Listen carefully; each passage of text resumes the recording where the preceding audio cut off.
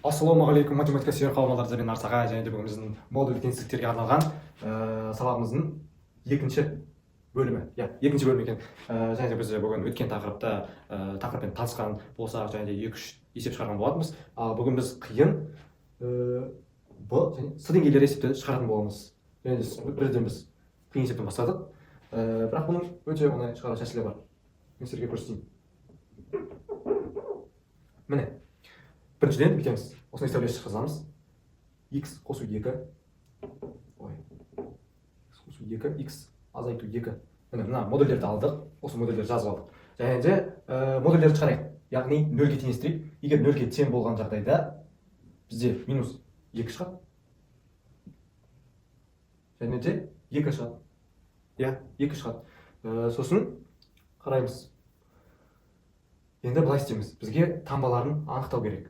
Яғни мына x-тің орнына 2-ден үлкен сан қойық. Ол кез келген сан болуы мүмкін. Бірінші 10-ды қойық. Мысалы 10-ды алайық.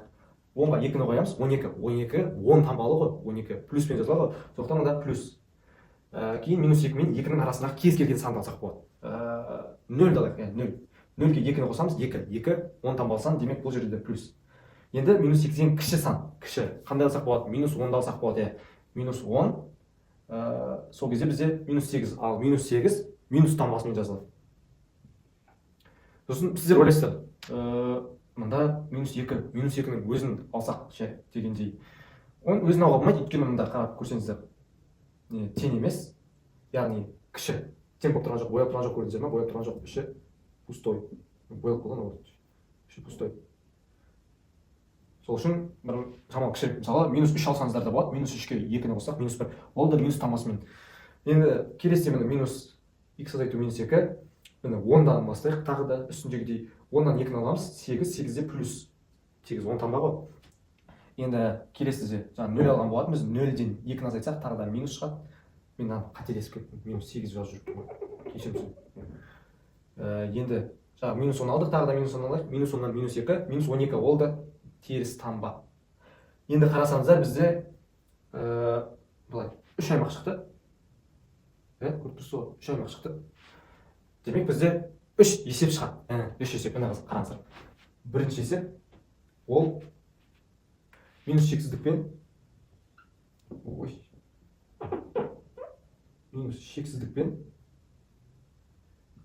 минус 2-нің арасы дейік.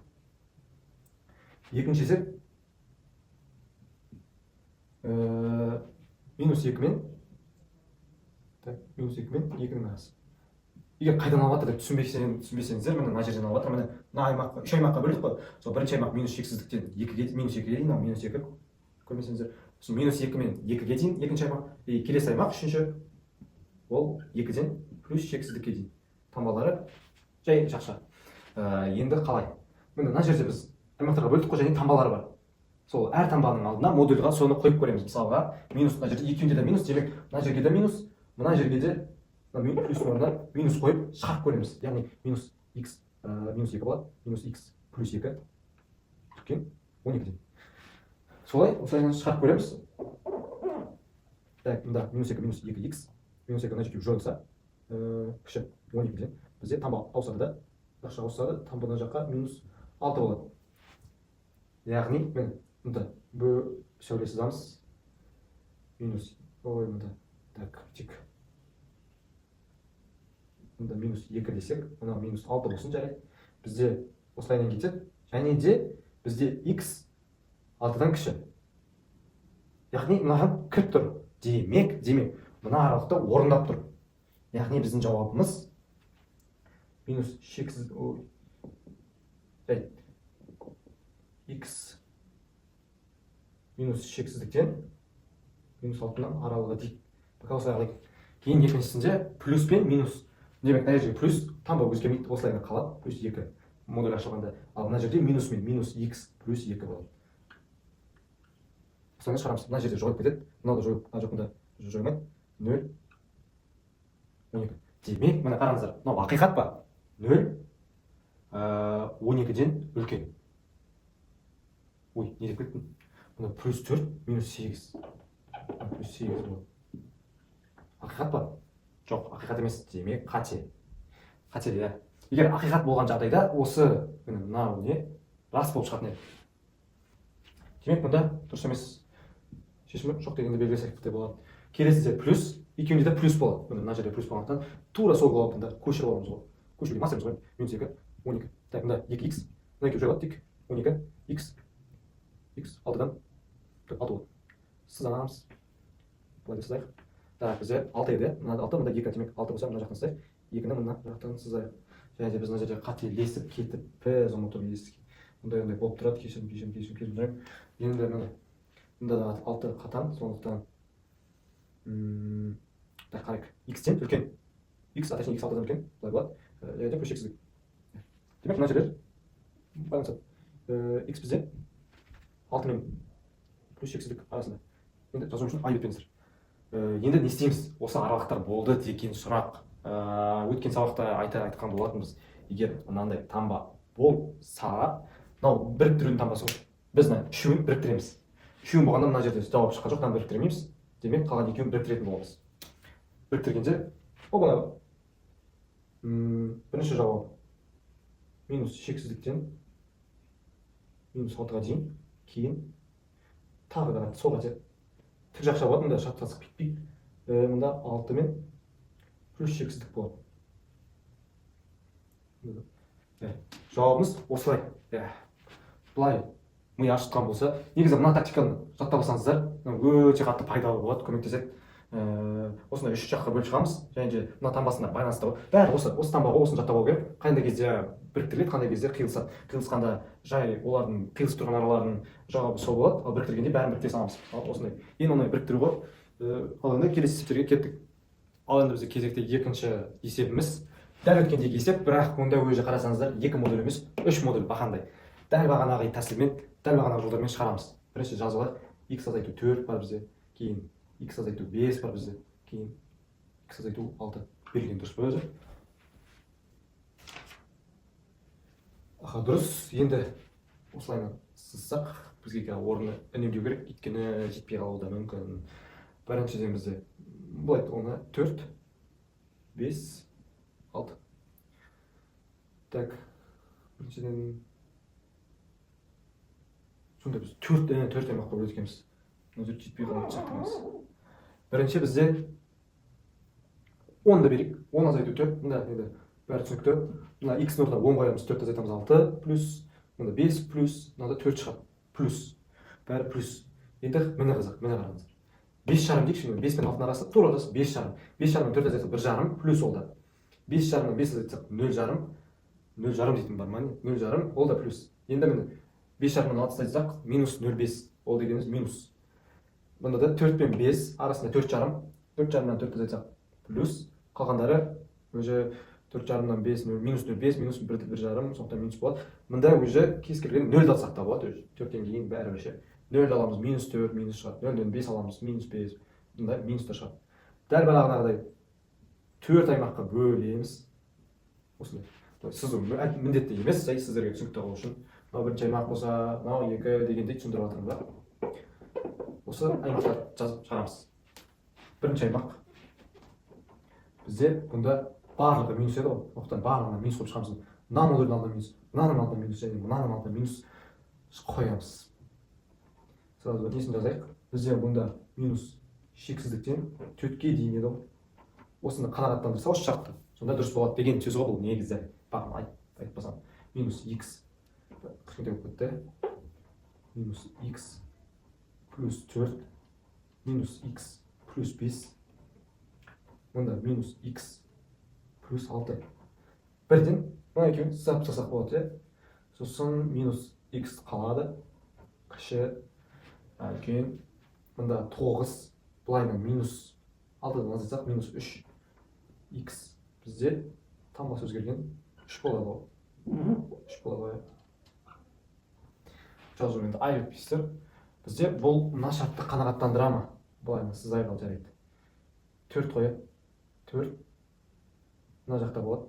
Екіншісі бізде 3. 3. Мына жақта.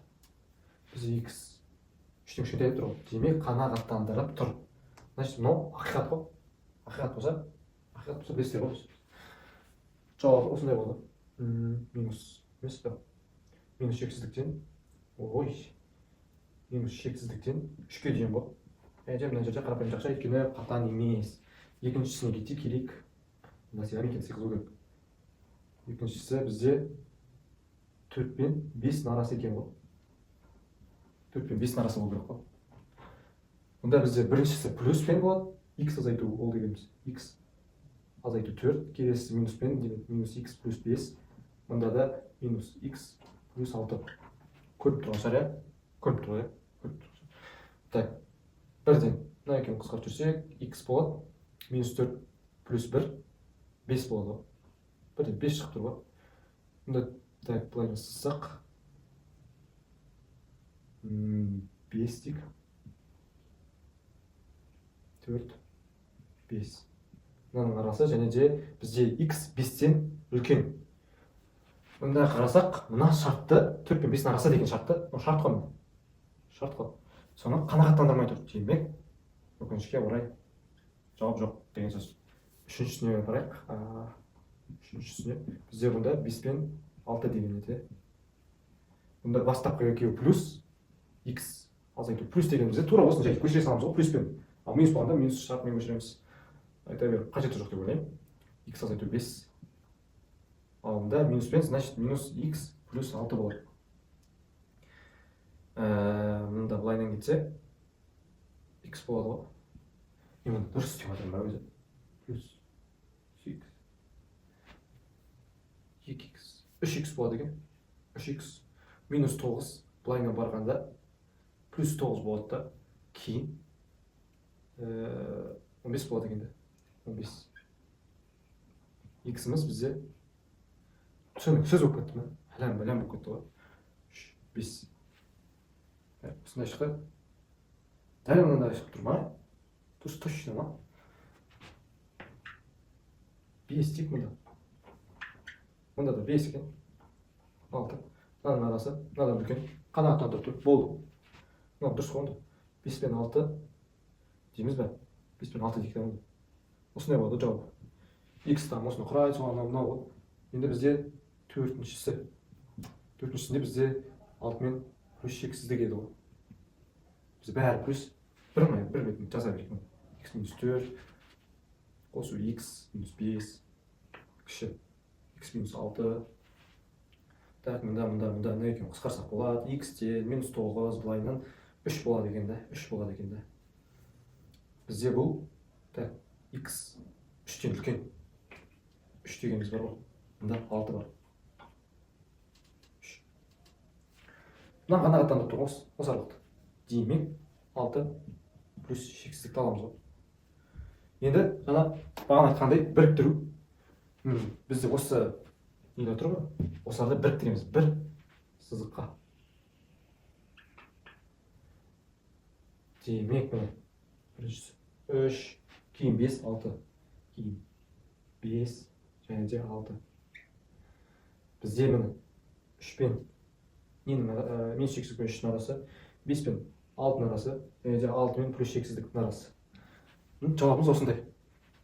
Жаңа x-тен мынау, сосын мынандай белгі, мынау, мынандай белгі, сосын мынау болды жауап белгіленген деп отырды. Бізбен так. Жалпы осы екі күрделі есеп, ең қиын десек те болады. Осы модуль теңсіздіктердің арасындағы күрделі есеп т деңгейліге жетпейді ау енді шынына келсек, бірақ қиын есептеуге де болады. Ми ұзақ қой. Осының шығарғанның өзінде бір бет кетіп қалды да. Сол ұзақтығымен күрделі десек те болады. Ал сіздерде ұбт-да сәттілік тілеймін. Осындай есептер алда тағы да сұралатын болады. Қош сау болыңыздар.